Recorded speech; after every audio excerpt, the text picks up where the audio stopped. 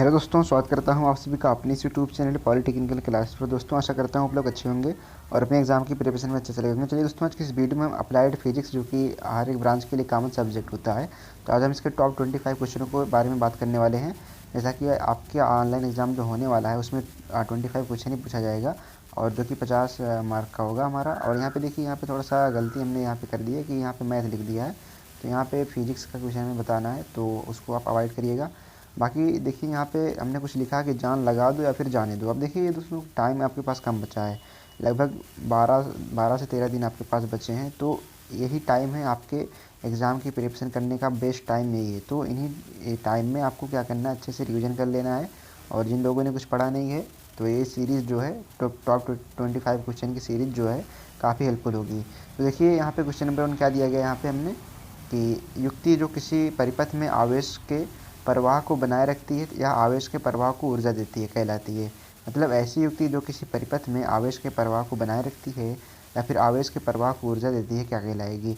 मतलब ऑप्शन विद्युत धारा कहलाएगी, या फिर विद्युत चालक कहलाएगी, या फिर विद्युत सेल कहलाएगी, या फिर इनमें से कोई नहीं। देखिए यहाँ पे जिसका जो राइट आंसर हो जाएगा क्या हो जाएगा, ऑप्शन सी हो जाएगा, क्योंकि विद्युत सेल जो होता है क्या करता है, आवेश के प्रवाह को बनाए रखता है या फिर आवेश के प्रवाह को ऊर्जा देता है। तो यहाँ पे ऑप्शन सी क्या हो जाएगा, राइट हो जाएगा। तो बढ़ते हैं क्वेश्चन नंबर 2 की तरफ। देखते हैं क्या है कि परंपरागत विद्युत धारा की दिशा होती है। अब परंपरागत विद्युत धारा की दिशा क्या होगी, इलेक्ट्रॉनों के प्रवाह की दिशा में होगी, या फिर इलेक्ट्रॉनों के प्रवाह के विपरीत दिशा में होगी, या फिर उपरोक्त दोनों में से, या फिर यहाँ पे क्या हो जाएगा, ऑप्शन डी, इनमें से कोई नहीं। देखिए विद्युत धारा की जो दिशा होती है इलेक्ट्रॉन के प्रवाह की दिशा के विपरीत होती है। अगर हम परिपथ बना करके आपको समझाएं यहाँ पे, तो इस प्रकार से अगर हम यहाँ पे धन इलेक्ट्रोड ले लें और यहाँ पे ऋण इलेक्ट्रोड ले लें, तो यहाँ पे क्या होगा कि अगर इलेक्ट्रॉन जो है यहाँ से इस साइड जा रहा है, तो क्या हो जाएगा, इलेक्ट्रॉन के प्रवाह की दिशा क्या हो जाएगी, अपोजिट होगी, इधर होगी। तो वही हमारा यहाँ पे कहने का मतलब है। तो यहाँ पे ऑप्शन भी क्या हो जाएगा, राइट हो जाएगा। तो इस क्वेश्चन को आप अच्छे से याद कर लीजिएगा।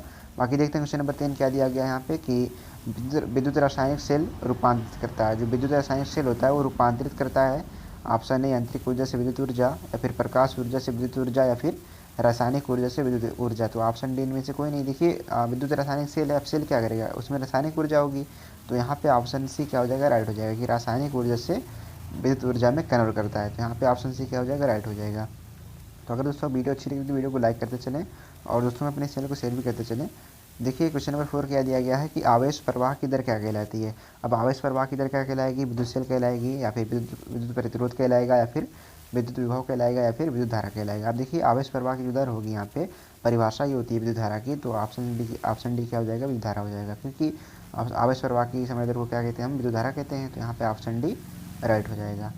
चलिए देखते हैं क्वेश्चन नंबर 5 की तरफ। देखते हैं क्या है, कि विद्युत प्रतिरोध के लिए कौन सा सही संबंध है। अब विद्युत प्रतिरोध के लिए कौन सा संबंध यहाँ पे सही है, ऑप्शन है आर बराबर एल अपान है, या फिर ऑप्शन बी आर बराबर रो इंटू एल अपान है, ऑप्शन सी दोनों, या फिर इनमें से कोई नहीं। देखिए यहाँ पे इसका जो राइट आंसर हो जाएगा ऑप्शन बी हो जाएगा, क्योंकि ऑप्शन बी क्या होगा हमारा, आर बराबर रो इंटू एल अपान हो जाएगा।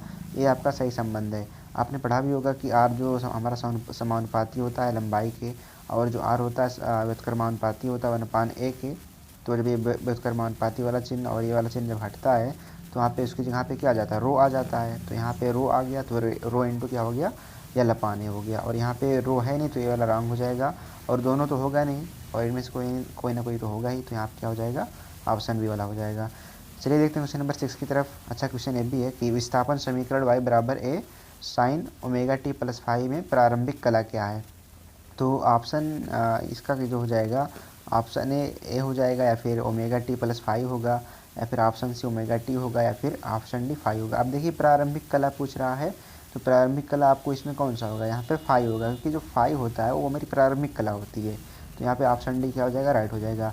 और यहाँ पे अगर हम पूरी कला की बात करें तो ओमेगा टी प्लस फाइव होगा।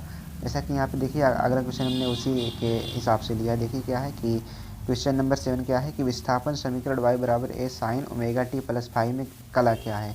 अब कला क्या है, फेज़ क्या है, तो ऑप्शन ए फाइव है, या फिर ऑप्शन बी ए है, या फिर option C omega T plus five है, या फिर ऑप्शन डी ओमेगा टी। अब देखिए यहाँ पे ओमेगा टी प्लस फाइव जो है यहाँ पे क्या है, कला है। तो यहाँ पे ऑप्शन सी क्या हो जाएगा, राइट हो जाएगा।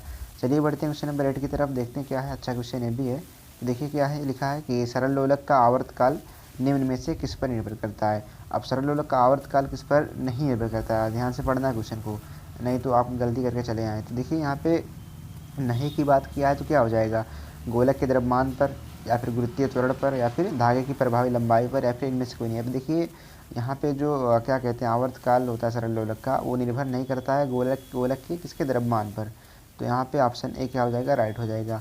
और अगर निर्भर की बात करेगा तो गुरुत्वीय त्वरण यहाँ पे सही हो जाएगा और धागे की प्रभावी लंबाई भी यहाँ पे सही हो जाएगी। तो यहाँ पे नहीं की बात किया है तो इसके हिसाब से हमारा गोलक के द्रव्यमान हो जाएगा। चलिए देखते हैं क्वेश्चन नंबर 8 की तरफ, हो गया हमारा 9 की तरफ देखते हैं क्या है। अच्छा क्वेश्चन ये भी है कि कलांतर और समयांतर में क्या संबंध होता है, कला अंतर और समयांतर में क्या संबंध होता है। ऑप्शन ए डेल्टा फाई बराबर 2 पाई इंटू डेल्टा टी, या फिर ऑप्शन बी डेल्टा फाई बराबर 2 pi T into delta T, या फिर ऑप्शन सी डेल्टा फाई बराबर 2 पाई अपान टी इंटू डेल्टा टी, या फिर ऑप्शन डी हो जाएगा डेल्टा फाई बराबर कैपिटल टी अपान 2 पाई या फिर इंटू डेल्टा टी। अब देखिए यहाँ पे इसका जो राइट आंसर हो जाएगा कलांतर और समयांतर जो संबंध होता है ऑप्शन सी हो जाएगा, क्योंकि अगर आपने थ्योरी पढ़ी होगी तो आपने पढ़ा भी होगा कि डेल्टा फाइव जो होता है 2 pi upon capital T into delta T के बराबर होता है। तो यहाँ पे क्या हो जाएगा, ऑप्शन सी क्या हो जाएगा, राइट हो जाएगा। चलिए बढ़ते हैं क्वेश्चन नंबर 10 की तरफ, देखते हैं क्या है। ये भी एक अच्छा क्वेश्चन है। तो दोस्तों ऐसे क्वेश्चन आपके एग्जाम में पूछे जाने हैं, बहुत हार्ड लेवल और इजी लेवल, बहुत हार्ड लेवल का नहीं आएगा, कहने का मतलब ये है। हार्ड लेवल का मतलब न्यूमेरिकली टाइप हो सकता है और कुछ जैसे क्या कहते हैं हम थोड़ा कंसेप्चुअल क्वेश्चन हो सकता है, तो वो सब हार्ड लेवल का होता है। अब हार्ड लेवल का यहाँ पे उतना चांस नहीं है, यहाँ पे केवल मीडियम लेवल की हम बात कर लें और इजी लेवल की बात कर लें। बाकी यहाँ पे हम आपको मीडियम, इजी और हार्ड तीनों टाइप बताएंगे, तो एकदम फिक्र करने की कोई ज़रूरत नहीं है। तो देखिए क्वेश्चन नंबर 10 क्या है कि स्टील में ध्वनि की चाल होती है। तो ऑप्शन ए 5900 मीटर पर सेकंड, या फिर ऑप्शन बी 330 मीटर पर सेकंड, या फिर ऑप्शन सी 3 × 10⁸ मीटर पर सेकंड, या फिर ऑप्शन डी 10 मीटर पर सेकंड। अब देखिए स्टील में ध्वनि की जो चाल होती है क्या होती है, 5900 मीटर पर सेकंड होती है, यानी कि 5900 मीटर पर सेकंड होती है। चलिए देखते हैं क्वेश्चन नंबर 11 क्या दिया गया है कि समतल ध्रुवित प्रकाश में कंपन तल और ध्रुवित तल के बीच कोण होता है। अब समतल ध्रुवित प्रकाश यदि आपने पढ़ा होगा तो उसमें जो कंपन तल होता है और ध्रुवण तल होता है उसके बीच का जो कोण होता है क्या होता है, ऑप्शन ए 0 डिग्री होता है, या फिर ऑप्शन बी 30 डिग्री होता है, या फिर ऑप्शन सी 45 डिग्री होता है, या फिर ऑप्शन डी 90 डिग्री होता है। अब देखिए यहाँ पे 90 डिग्री होता है, आपने पढ़ा भी होगा, फिगर भी देखा होगा, तो यहाँ पे 90 डिग्री ही बनता है। तो यहाँ पे ऑप्शन डी क्या हो जाएगा, राइट हो जाएगा। चलिए देखते हैं क्वेश्चन नंबर 12 क्या दिया गया है। अच्छा क्वेश्चन ये भी है कि अपवर्तनांक के लिए कौन सा सही संबंध होता है। अब अपवर्तनांक के लिए संबंध कौन सा सही होगा, ऑप्शन ए 2n1 बराबर n2 अपान n1 होगा, या फिर ऑप्शन बी 2n1 बराबर n1 अपान n2 होगा, या फिर ऑप्शन सी दोनों होगा, या फिर इनमें से कोई नहीं होगा। अब देखिए अपवर्तनांक के लिए यहाँ पे जो हमारा सही संबंध होगा ऑप्शन बी होगा, क्योंकि आपने पढ़ा भी होगा कि 2n1 जो हमारा बराबर होता है n1 पहले माध्यम के अपवर्तनांक और n2 दूसरे माध्यम के अपवर्तनांक के बराबर होता है। तो यहाँ पे ऑप्शन बी क्या हो जाएगा, राइट हो जाएगा। चलिए बढ़ते हैं क्वेश्चन नंबर 13 की तरफ, देखते हैं क्या है कि स्नेल का नियम क्या है। स्नेल का नियम क्या है, तो स्नेल का नियम यहाँ पे फार्मूला टाइप पूछा गया है, थ्योरिकल नहीं पूछा गया है। तो आपको बताना है option A n1 upon n2 बराबर साइन आई बटे साइन आर, या फिर ऑप्शन बी n2 अपान n1 बराबर साइन आई बटे साइन आर, और ऑप्शन सी दोनों, या फिर इनमें से कोई नहीं। अब देखिए यहाँ पे इसका जो राइट आंसर हो जाएगा ऑप्शन बी होगा। क्यों, क्योंकि n2 अपान n1 यानी कि दूसरे माध्यम का अपवर्तनांक और पहले माध्यम का अपवर्तनांक साइन आई बटे साइन आर के बराबर होता है, साइन आई बटे साइन आर के बराबर होता है। तो यहाँ पे क्या हो जाएगा, ऑप्शन बी राइट हो जाएगा। अब देखिए दोस्तों, अब यहाँ पे थोड़ा सा ऐसे भी इसको हम लिख सकते हैं n1 upon n2 sine R बटे साइन आई, साइन आर बटे साइन आई, तो ऐसे भी इसको हम लिख सकते हैं। जबकि यहाँ पे इसका क्या हो जाएगा राइट आंसर, यहाँ पे ऑप्शन बी क्या हो जाएगा, राइट हो जाएगा। बाकी देखते हैं क्वेश्चन नंबर यहाँ पे कौन सा दिया गया है ऑप्शन। अब देखिए क्वेश्चन नंबर 14 दिया गया है। 14 को पढ़ने से पहले थोड़ा सा यहाँ पे आपको और थोड़ा सा इसको समझा देते हैं। देखिए यहाँ पे अगर हम इसको उल्टा लिखें थोड़ा सा, n1 अपान n2 लिखें तो क्या हो जाएगा, साइन आर ऊपर जाएगा तो साइन आर अपान साइन आई हो जाएगा। अब साइन आर क्या है, प्रथम माध्यम का क्या है कोड है, और यहाँ पे साइन आई होना चाहिए, तो साइन आई क्या है, दूसरे माध्यम का कोड है। अब देखिए यहाँ पे क्या लिखा गया है ऑप्शन ए वाला n1 अपान n2 सही है, जबकि यहाँ पे साइन आई बटे साइन आर लिखा है, जबकि यहाँ पे क्या होना चाहिए साइन आर बटे साइन आई, तो यहाँ पे इसीलिए दोनों नहीं होगा। तो कोई अगर कुछ दोस्त सोच रहे होंगे कि यहाँ पे दोनों होगा, तो यहाँ पे दोनों नहीं होगा, क्योंकि यहाँ पे जो है साइन आर ऊपर होना चाहिए था, साइन आई नीचे होना चाहिए था। अब यहाँ पे क्या हो जाएगा, ऑप्शन भी राइट हो जाएगा। चलिए बढ़ते हैं क्वेश्चन नंबर 14 की तरफ। आशा करते हैं यहाँ तक आपको क्वेश्चन समझ में आ गए होंगे, और वीडियो अच्छी लगी तो वीडियो को लाइक कर दें और वीडियो को अपने दोस्तों में शेयर भी करें, ताकि उनको भी अच्छे से एग्जाम की प्रिपरेशन वो भी कर पाएँ। बाकी देखिए क्वेश्चन नंबर 14 क्या दिया गया है कि परावर्तन कोण सदैव बराबर होता है। अब परावर्तन कोण किसके बराबर होता है, 90 डिग्री के, या फिर 45 डिग्री के, या फिर 30 डिग्री के, या फिर आपतन कोण के। अब देखिए परावर्तन कोण आपने पढ़ा हुआ कि परावर्तन कोण और आपतन कोण आपस में क्या होते हैं, बराबर होते हैं। ये जो है नियम था एक। तो ऑप्शन डी क्या हो जाएगा, यहाँ पे राइट हो जाएगा। तो बढ़ते हैं क्वेश्चन नंबर 15 की तरफ। देखते हैं क्या है कि अवतल लेंस की क्षमता सदैव होती है। अब अवतल लेंस की क्षमता क्या होती है, धनात्मक होती है या फिर ऋणात्मक होती है, या फिर दोनों होती है, या फिर इनमें से कोई नहीं होती है। तो अवतल लेंस जो होता है हमेशा ऋणात्मक होता है, ऋणात्मक क्षमता को दर्शाता है। तो यहाँ पे क्या हो जाएगा, ऑप्शन बी राइट हो जाएगा। चलिए बढ़ते हैं क्वेश्चन नंबर 16 की तरफ। देखते हैं क्या है कि अच्छा क्वेश्चन ये भी है कि फ्रेजिनल द्विप्रिज्म का अपवर्तनांक कोण रखा जाता है। अब फ्रेजिनल द्विप्रिज्म का अपवर्तनांक कोण हम रखते हैं, ऑप्शन ए 1 डिग्री से कम रखेंगे, या फिर 90 डिग्री रख लेंगे, या फिर ऑप्शन सी 45 डिग्री, या फिर ऑप्शन डी 30 डिग्री। अब देखिए फ्रेजिनल द्विप्रिज्म का अपवर्तन कोण जो होता है, यहाँ पे 1 डिग्री से हम क्या करते हैं, कम रखते हैं। तो यहाँ पे ऑप्शन ए क्या हो जाएगा, राइट हो जाएगा। चलिए बढ़ते हैं क्वेश्चन नंबर 17 की तरफ। अच्छा क्वेश्चन ये भी है कि विद्युत क्षेत्र ए का मात्रक क्या होता है। अब विद्युत क्षेत्र ए का जो मात्रक होता है, ऑप्शन ए जूल पर कूलाम होगा, या फिर ऑप्शन बी न्यूटन पर कूलाम होगा, या फिर ऑप्शन सी दोनों होगा, या फिर ऑप्शन डी इनमें से कोई नहीं होगा। अब विद्युत क्षेत्र जो ई होता है उसका जो मात्रक होता है हमारा न्यूटन पर कूलाम होता है, क्योंकि देखिए ई बराबर क्या होता है, एफ अपान क्यों होता है, एफ अपान क्यों होता है, एकांक आवेश पर लगने वाला बल विद्युत क्षेत्र होता है। तो यहाँ पे क्या हो जाएगा, यहाँ पे देखिए एफ अपान क्यों होगा, तो एफ का जो मात्रक होगा न्यूटन होगा, और जो क्यू का मात्रा होगा क्या होगा, कूलाम होगा। तो यहाँ पे क्या हो जाएगा, न्यूटन पर कूलाम हो जाएगा। तो ऑप्शन बी राइट हो जाएगा। चलिए बढ़ते हैं क्वेश्चन नंबर 18 की तरफ। देखते हैं क्या है। अच्छा क्वेश्चन ये भी है कि एक एक एक एक एक कूलाम के दो आवेश एक दूसरे से 1 मीटर की दूरी पर रखे गए हैं, उनके बीच लगने वाला कूलाम बल क्या होगा। अब एक एक कूलाम के दो आवेश हैं एक दूसरे से 1 मीटर की दूरी पर यदि रखे जाएँ, तो उनके बीच लगने वाला जो बल होता है, आपको पता होगा कूलाम का नियम यही कहता है कि यदि एक एक कूलाम के आवेशों को आपस में 1 मीटर की दूरी पर रखा जाए, तो उनके बीच लगने वाला जो बल होगा 9 × 10⁻9 न्यूटन होता है। तो अब यहाँ पे ऑप्शन डी क्या हो जाएगा, राइट हो जाएगा। 9 × 10⁻9 न्यूटन क्या हो जाएगा, राइट हो जाएगा। और यहाँ पे 9 न्यूटन तो होगा नहीं, और 9 × 10⁻19 होता ही नहीं है, और ए भी नहीं होता है। तो यहाँ पे क्या हो जाएगा, ऑप्शन डी राइट हो जाएगा। चलिए बढ़ते हैं क्वेश्चन नंबर 19 की तरफ। देखते हैं क्या है कि कौन सा विद्युत आवेश संभव नहीं है। अब यहाँ पे कौन सा विद्युत आवेश संभव नहीं है, देखिए ये सब थोड़ा कंसेप्चुअल क्वेश्चन है। अब यहाँ पे ऐसे देखिए ऑप्शन ए यहाँ पे संभव नहीं की बात कर रहा है, ये नहीं कह रहा है कि संभव है। तो ऑप्शन ए ई होगा, या फिर ऑप्शन बी 2 ई होगा, और ऑप्शन सी 1/2 ई होगा, या फिर ऑप्शन डी 3 ई होगा। अब यहाँ पे ई क्या है, अब देखिए ई जो है आवेश है, इसका जो मात्रक होता है 1.6 × 10⁻⁻19 होता है। तो आपको याद होना चाहिए यहाँ पे। तो यहाँ पे 1 नहीं हमने लिखा है, 9 लिखा है, तो यहाँ पे 19 होता है। तो इसको आप याद कर लीजिएगा। और देखिए यहाँ पे कि अब एक बात करें यहाँ पे कि ये जो इसका आवेश संभव नहीं है, तो यहाँ पे क्या हो जाएगा 1/2 ई वाला, क्योंकि देखिए आपने पढ़ा भी होगा कि 3 ई मतलब यहाँ पे जो फार्मूला होता है क्यों बराबर क्या होता है, एन ई होता है। तो एन ई होता है, एन का जो वैल्यू होगा मतलब कोई फ्रैक्शनल नंबर नहीं होगा, बटे वाला नंबर नहीं होगा, क्या होगा 1 2 3 इस टाइप से होगा। तो यहाँ पे 1/2 है जो कि यहाँ पे नहीं होगा। तो ऑप्शन सी क्या हो जाएगा, राइट हो जाएगा।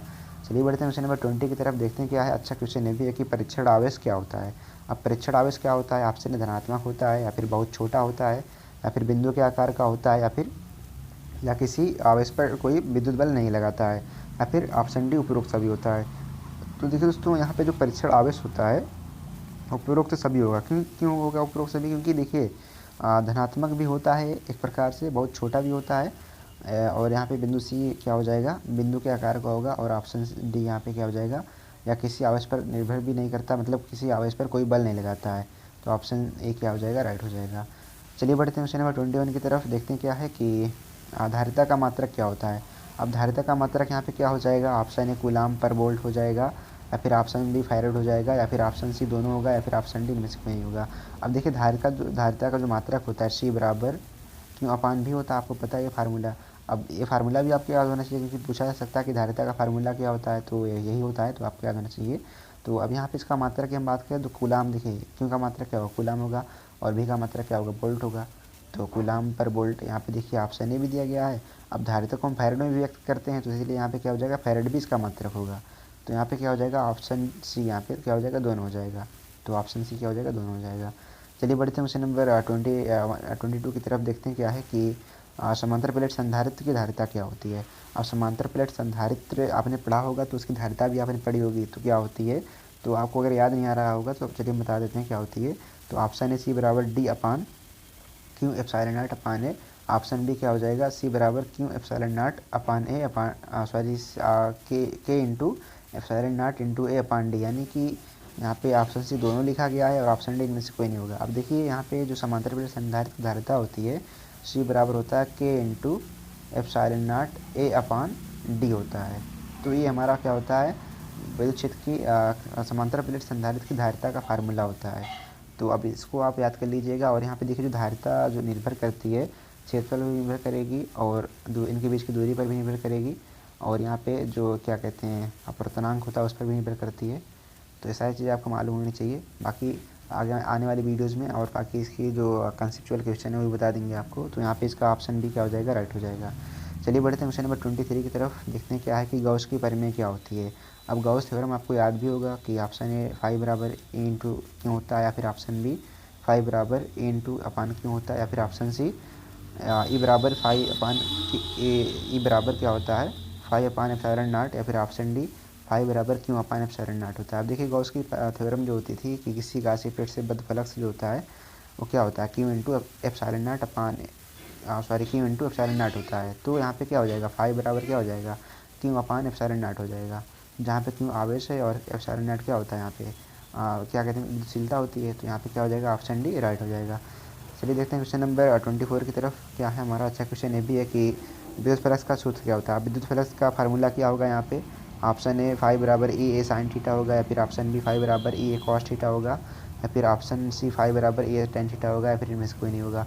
अब देखिए यहाँ पे विद्युत फ्लक्स जो फार्मूला होगा यहाँ पे क्या होगा 5 बराबर ई ए कॉस थीटा होगा। क्यों, क्योंकि आपका फार्मूला ही होता है, क्योंकि इनके बीच का जो कोड होता है कॉस थीटा होता है। अब कॉस थीटा मतलब यहाँ पे क्या हो जाएगा, अब यहाँ से देखिए कई क्वेश्चन बन सकता है आपको।